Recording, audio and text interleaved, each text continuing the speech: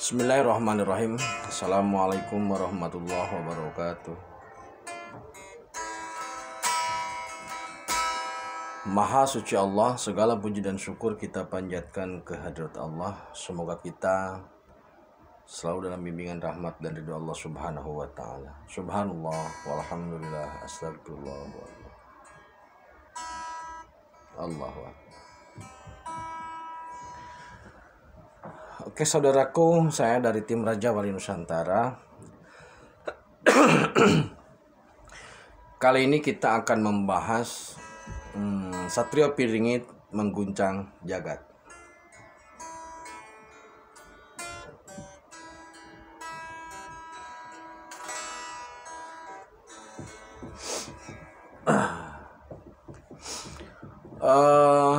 Seorang Satrio Piningit itu memang satu sosok yang dinanti dalam dimensi harapan. Artinya sosok ini dimensinya bagi sebagian orang masih berbentuk atau masih berada dalam dimensi harapan, atau bahkan bagi sebagian orang seorang SP ini ada di dalam dimensi imajiner, atau bahkan ada juga yang menganggap ini hanya omong kosong.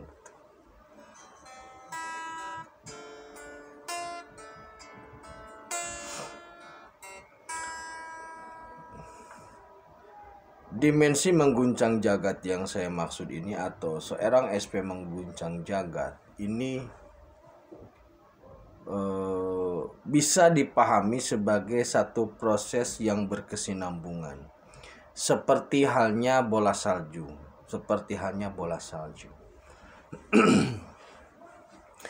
Ada dua aspek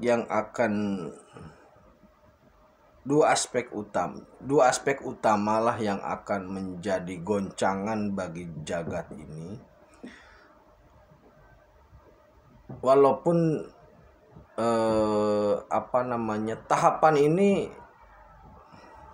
tahapan ini akan banyak goncangan, akan banyak kejutan gitu loh maksudnya. Tahapan ini akan banyak kejutan, tetapi yang utama kejutan itu ada dua. Yang paling utama itu ada dua.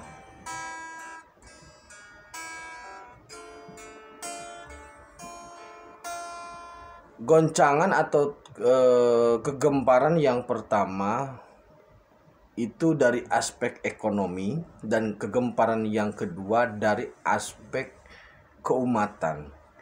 Untuk aspek keumatan kita simpan dulu.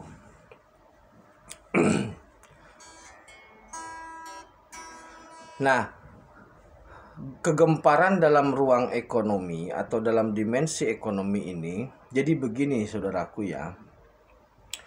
Bagi para pelaku atau bagi orang-orang yang selalu terlibat dalam dimensi harta amanah, itu ada orang-orang yang metafisika murni, tapi ada juga orang-orang yang perpaduan atau pemaduan atau memiliki dua sisi, yaitu sisi metafisika murni dan sisi sains gitu.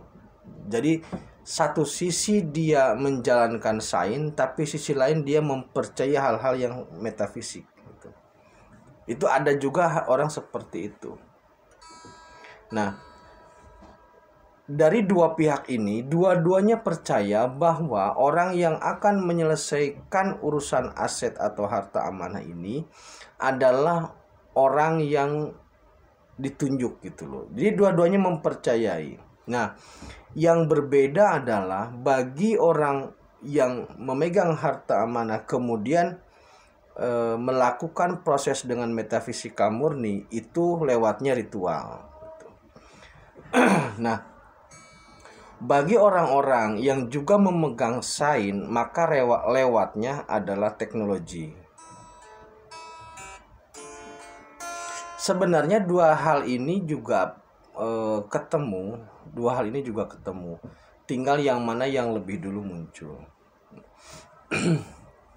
Nah, Jadi untuk bisa menembus sekat, baik sekat metafisika yang sering diupayakan ditembus dengan pola ritual, ataupun dimensi sekat yang harus atau sering biasa ditembus dengan sains, itu dua-duanya sekatnya luar biasa, sangat luar biasa atau hampir tidak tersentuh. Kenapa tidak tersentuh? Kotak ini yang di dalamnya adalah aset, seolah-olah dilingkupi atau seolah-olah diselubungi oleh satu power yang bisa dikatakan power itu unlimited gitu.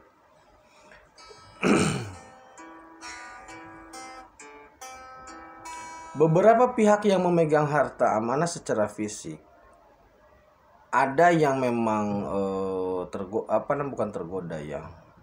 Banyak yang merasa putus asa bahwasanya ketika bisa menggunakan, bisa melihat, bisa memegang, tapi tidak bisa menggunakan.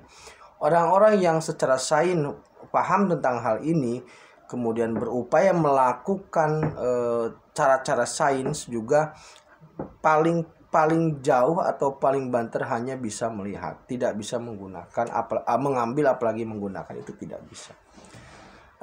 Nah, tangan yang menyelubungi ini atau katakanlah hijab yang mengamankan aset ini, baik secara aset yang digital maupun aset fisik, ini kalau menurut saya tim Rajauli ini adalah tangan Tuhan gitu loh. Bukan Maradona tapi ya. Jadi disinilah secara nyata Allah melindungi, Allah memberikan hijab, Allah mengcover, menutup dan membuka ini sesuai dengan kehendaknya gitu maksudnya. Berbagai upaya yang dilakukan oleh pihak-pihak itu, baik secara ritual ataupun secara sains, belum ada yang berhasil. Kenapa demikian? Karena jika menggunakan pola-pola ritual, berarti bersanding dengan makhluk-makhluk metafisik. Makhluk metafisik jelas kepentingannya, itu penyesatan.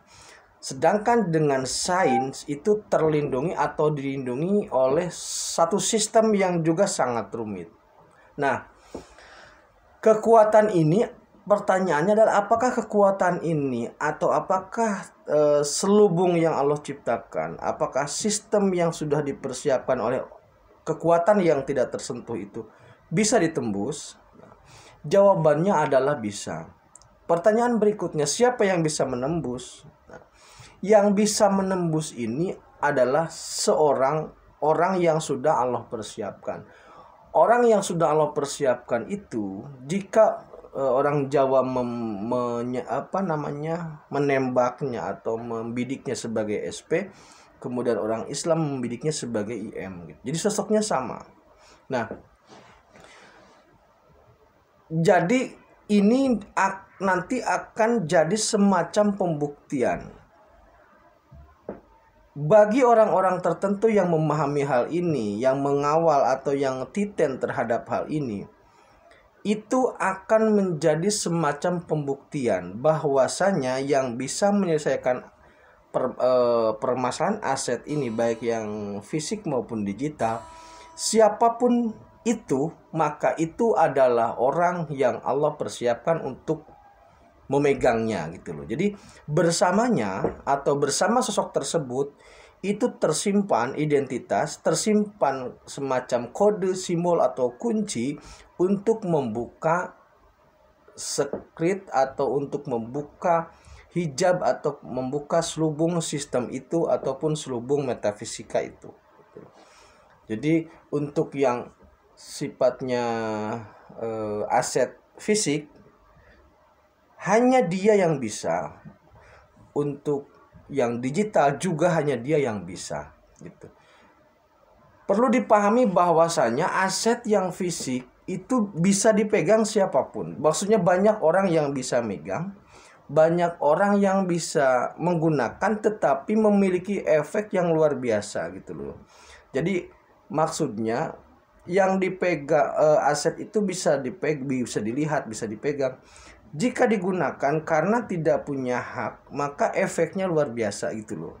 Nah, orang yang Allah persiapkan, orang yang Allah tunjuk untuk menyelesaikan ini, maksudnya aset itu bisa dipegang, aset itu bisa digunakan dan bermanfaat. Nah, aspek manfaatnya ini yang tidak berefek gitu loh.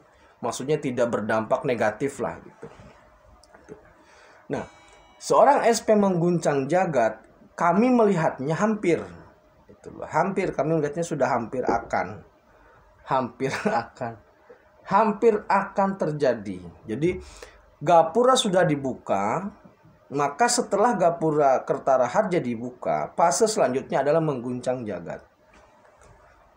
Fase selanjutnya, jadi dan ini pun saudaraku yang mengguncang jagat ini, guncangan ini ada dua fase juga. Yang pertama, guncangan ini, kehebohan ini itu hanya ada pada pihak tertentu. Itu loh. Jadi tidak semua orang bisa mendeteksi guncangan ini. Jadi semacam kalau militer mau operasi rahasia lah, itu operasi rahasia atau semacam ya bom yang diledakkan tapi disembunyikan gitu. Untuk fase sekarang saya melihatnya, atau kami tim Rajali melihat ini sebagai fase di mana ledakan atau guncangan itu hanya mengagetkan pihak-pihak tertentu yang memang menjadi bagian dari rencana ini. Gitu. Artinya karena semuanya merupakan proyek rahasia, seorang SP adalah rahasia Allah. Ketika ini dimunculkan dan ada pembuktian bahwa ternyata orang sosok tersebut bisa, artinya dia adalah yang ditunjuk. Nah, disitulah terjadi keguncangan atau keheranan lah begitu. Nah, saudaraku, nanti kita bahas terkait guncangannya yang lebih besar. Jadi ini kan apa ya? Intinya saat ini guncangan yang terjadi masih dalam ruang atau dimensi sangat terbatas untuk orang-orang yang memang ada di jalur itu. Gitu aja dulu. Kita bahas berikutnya tentang guncangan yang lainnya. Terima kasih, tetap tingkatkan iman dan amal soleh. Akhirul kalam, assalamualaikum warahmatullahi wabarakatuh.